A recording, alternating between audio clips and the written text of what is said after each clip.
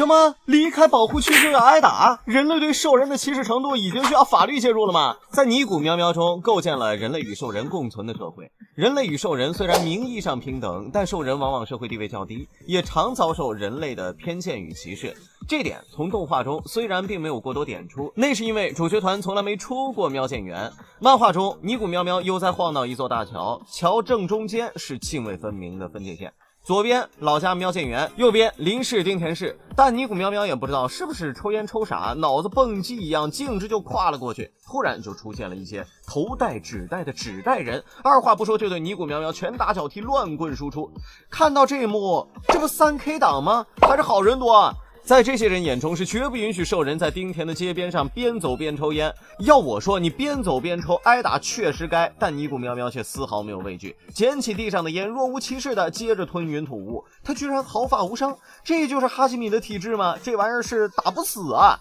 这时尼古喵喵终于发话了，原来丁田还有一条法律是为兽人专门设立的，殴打兽人的时候最多不能超过3下，而尼古喵喵故意捡起烟头就是为了激怒他们违反法律。我去，这番怎么看着看着成智斗了？但这波操作并没有什么卵用，因为兽人殴打法规定的是每人3下。于是我们就看到了桥的尽头来了一群纸袋人。你们别这样喂，我是真怕有人 cos 纸袋人去漫展殴打福瑞。看到这一幕，尼古喵喵把烟头扔回了喵见园，我真的哭死，都这时候了还怕香烟挨打。经过这次，尼古喵喵奇迹般的活了下来，但他也长了教训，那就是在手机上下载了一个定位 APP， 只要他离开喵见园，手机就会报警。后来尼古喵喵去坐电车，电车驶进了东京地界时，手机开始疯狂报警。随后一只欧格林警卫突然冲到尼古喵喵面前，但这种小场面怎么会吓到尼古喵呢？原来他早有准备，在这条线路的前方会短暂的驶回喵见园境内，即便只有一站，即便仅仅停留几十秒，但对尼古喵喵这个鬼废来说，时间绰绰有余。然后烟抽完了，警报没响。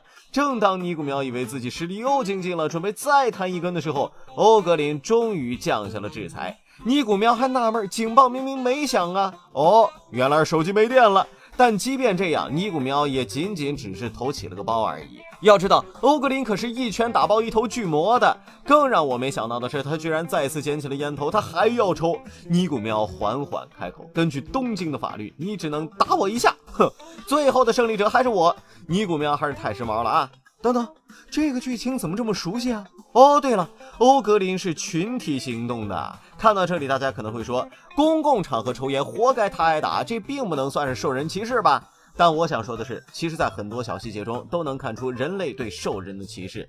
比如动画中，尼古喵陪着爱爱喵去登记身份，结果能把爱爱喵的姓氏前缀看成菊花。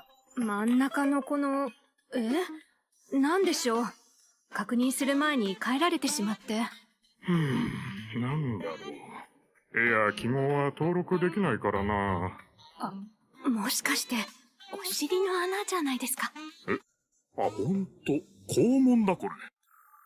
从这里就能看出，兽人的姓氏是不被人接受的，甚至这里还是喵见园。在漫画中，同一份工作，人类的时薪甚至是兽人的4倍以上。还有法律虽然是看似保护兽人，但反过来看，不就是可能发生更加过分伤害兽人的事儿吗？更有甚者，哪里都在用人海战术钻法律的空子。真正的恶意从不是一时的冲动，而是被规则默许、被社会默许的结构性歧视。明明拥有同等的身份名义，兽人却要被单独做限制，被区别管束。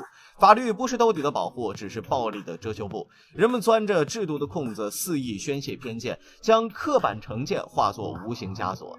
这种扎根在社会底层的不平等，让所谓的平等形同虚设。细微的偏见堆积起来，就是困住弱势族群终生的牢笼。